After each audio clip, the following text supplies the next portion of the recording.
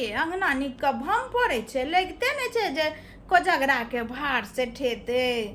ये खोखरी पट्टी वाली कनिया कत्ता छी? कनिया बहराव त या छन काकी आवत गोर लागत। खूब सुहागवती पुत्रवती रहू। आये कनिया आंगन घर में कतौ किछ नहीं देखे छी, जमाय के भार तार नहीं सठबन की? काकी जमाय के भार सठबन की? छोड़ कते देबन? की सब हेतन काकी कोजगरा के विध वाला सामान?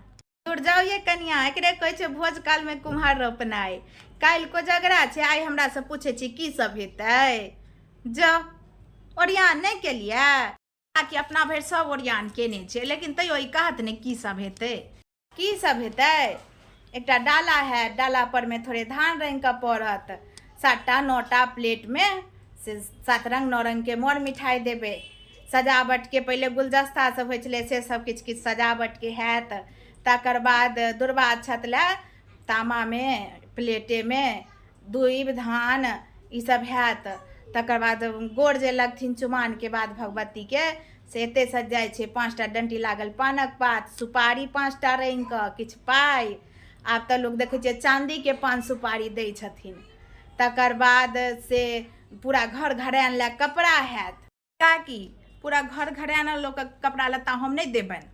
देखने रहत ने हमर बेटी के मधुश्रावणी में एकटा हमरा ला नुआ, ओहो नुआ एहन असर रहे तेल वाली से खरीद के कि कहिया पेटी भरली में पोसने रहत, कहिया के पौर के रखने रहत, से नुआ भेजने रहत। हमर बेटियों के 2टा ओहो 600-700 वाला जे रेडी पर बिकाइत रहे छन से नुआ भेजने रहत। आ एत जते लियान हकार वाली सब रहे घर निक भरल, सबके अपना जेबी से 10,000 रुपया खर्च क के नुआ फट्टा द के बिदागरी केलहुँ। हम तो हुनका से नीक देलियन है, 3 साड़ी देलिया माय ला जे चुमान काटथिन पहिर क, आ जमाय के कपड़ा देलियन। अच्छा घर घरान ला नहीं देबन, जमाय के तो 5 टुक कपड़ा देबन। धोती कुर्ता दोपटा गंजी ई सब एक सेट शर्ट पैंट सब लोग दै छे। जमाओ के 5 टुक नहीं देबन, धोती देबन, कुर्ता देबन, गंजी बनियान आ दोपटा देबन।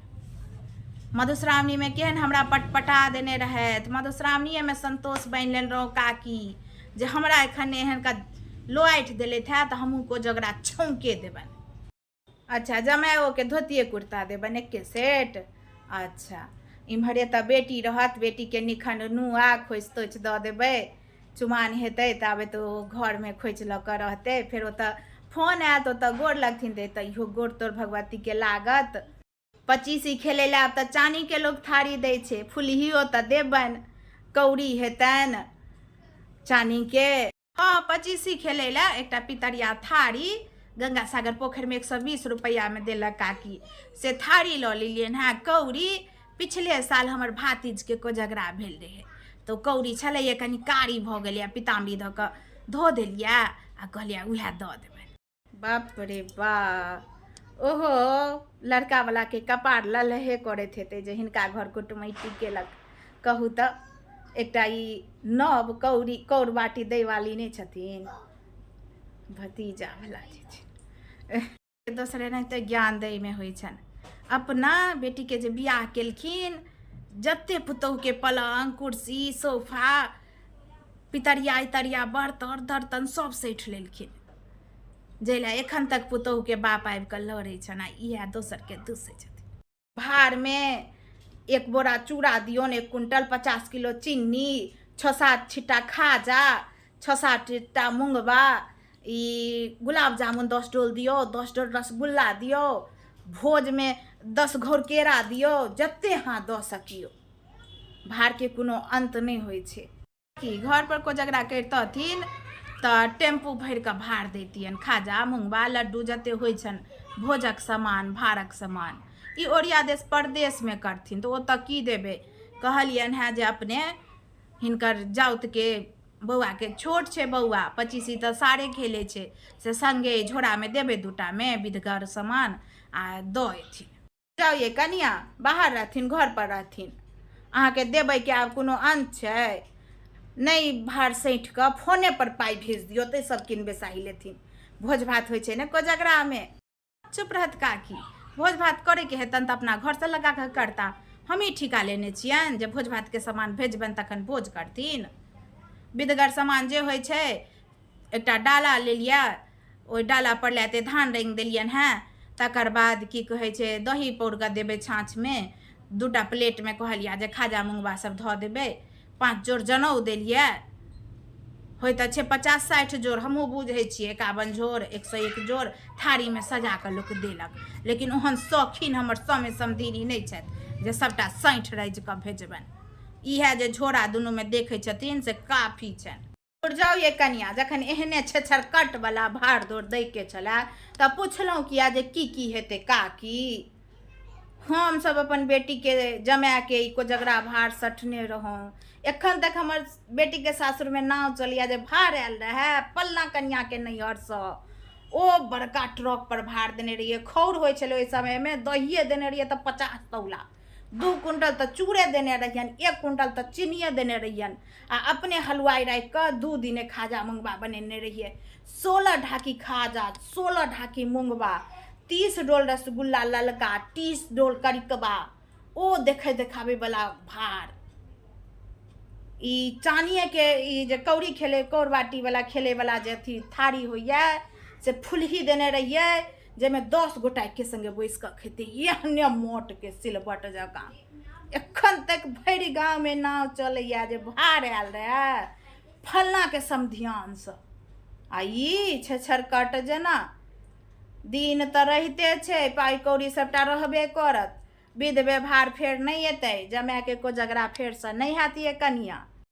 भाड़ सठने रहथिन, हम देखने नहीं रहियनि, एखन तऽ बड़ाइके ढाकी उझैल रहल छथि। एतबे नहीं, मखाने देने रहियनि से 40 किलो, आ मखानमे फेट कऽ बतासा परसै लए 30 किलो, 2टा चंगेरा देलियनि समैत के जे ओहिमे परसथिन, किछु नहीं लागऽ देलियनि। भोजे भात भेलनि, भरि गाँव था भोज भऽ गेलै। तरकारी एतेसँ 2 डब्बक गेलै, ओ कथी कहै छै टबमे बनि कऽ एतेसँ। एखन तक नाव चलिया एहन जेहन हम अपन जमायके कोजगराके भाड़ सठलहुँ तेहन तऽ एखन भरि गाँवमे केओ सठत कि बाकी छै। केरेके घौर देने रहियनि तऽ 20टा केराके घौर, एकटा डालीमे पान देने रहियनि करीब 600-700 लगायल।